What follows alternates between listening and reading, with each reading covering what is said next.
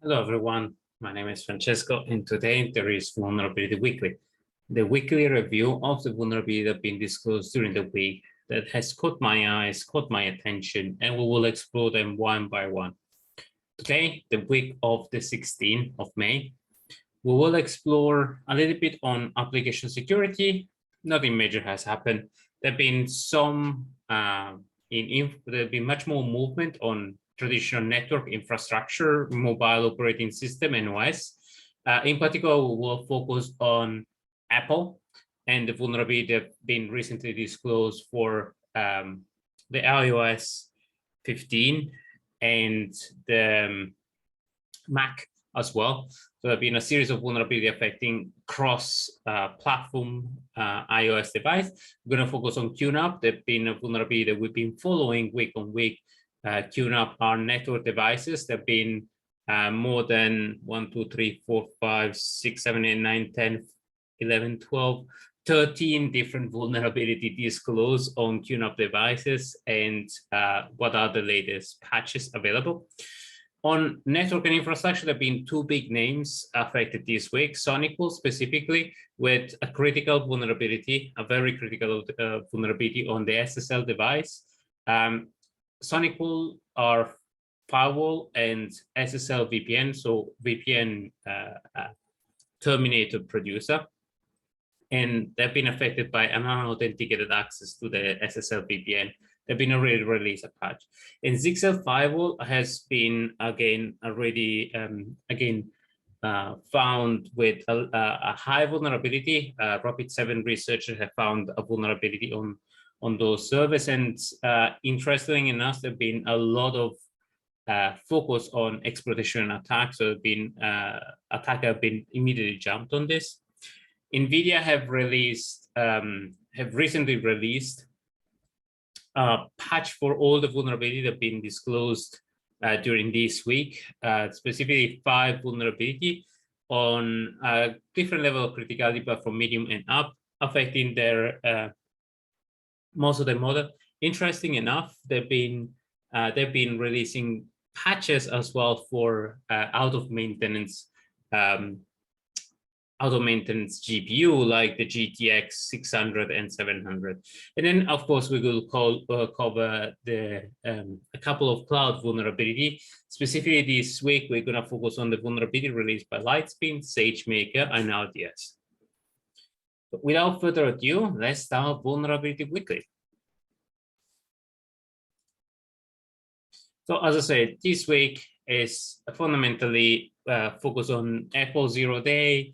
Nothing major happening on library, infrastructure, and application security. There have been a lot of focus on this 0-day that affect a number of devices. Apple released a disclose of this vulnerability specifically. And there have been an effect on Monterey, the latest version. And this particular vulnerability affect a video device and a video cross decoder. There's been an anonymous researcher disclosing these two vulnerability, 22674 and 675. And the particular dangerous part is that an attacker will be able to deploy code and execute at kernel level. So the maximum privilege that you can have on operating system devices. And this is particularly dangerous because this vulnerability is particularly easy to exploit and is on a system that is AppleAVD, that is across the board available. It's been particularly critical to patch, and it's been a 0-day. Now, QNAP, we covered this in previous releases as well. QNAP has released an operating system firmware that patches the 13 vulnerability disclosed specifically, and they're being actively exploited. So please go and update QNAP system one by one or all together. This has been a vulnerability disclosed for quite a few times. We've seen different exploits and different system being deployed to exploit this vulnerability at scale. There've been an increasing amount of attacker using attacking this specific vulnerability. There have been Raspberry. Last week, there have been a vulnerability or a malware replicating like a worm across machine attacking this particular vulnerability. And those are the system affected from QNAP, QTS5, all the way down to 4.26.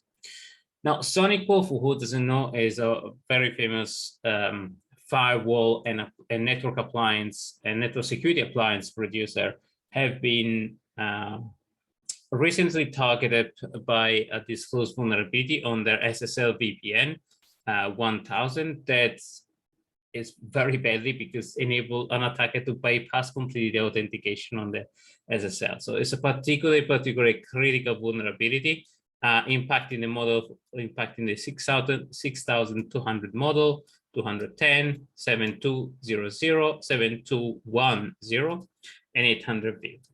There've been a couple of models that are not affected, but please go and check if and update your system, because this vulnerability is particularly dangerous, as you can potentially bypass complete authentication. Now, Zyxel's firewall has been identifying with a vulnerability some time ago, and the CVE 2022-30525 that affect a large number of those devices. We covered this in the previous releases. I'm not going to cover it again the vulnerability in itself. The interesting part is that this vulnerability has been exploited in the wild and has been attacked in the wild. I've included a string for showdown that you can see more and more Zyxel devices affected by this vulnerability, specifically on showdown. But in general, Shadow Server Foundation, that is an open source and a community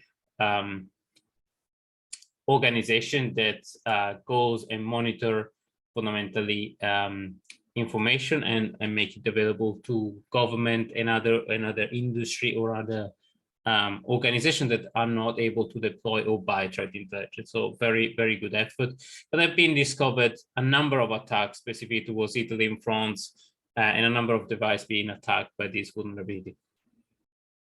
Now, the effect model are summarized here.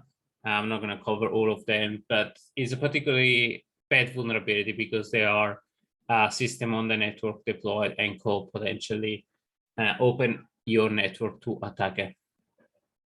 And this week we've seen two specifically with Sonicwall and Zyxel device, but in particular also with macOS and QNAP. All of these vulnerabilities could be potentially chained by attacker to gain privilege to your network and then affecting your system.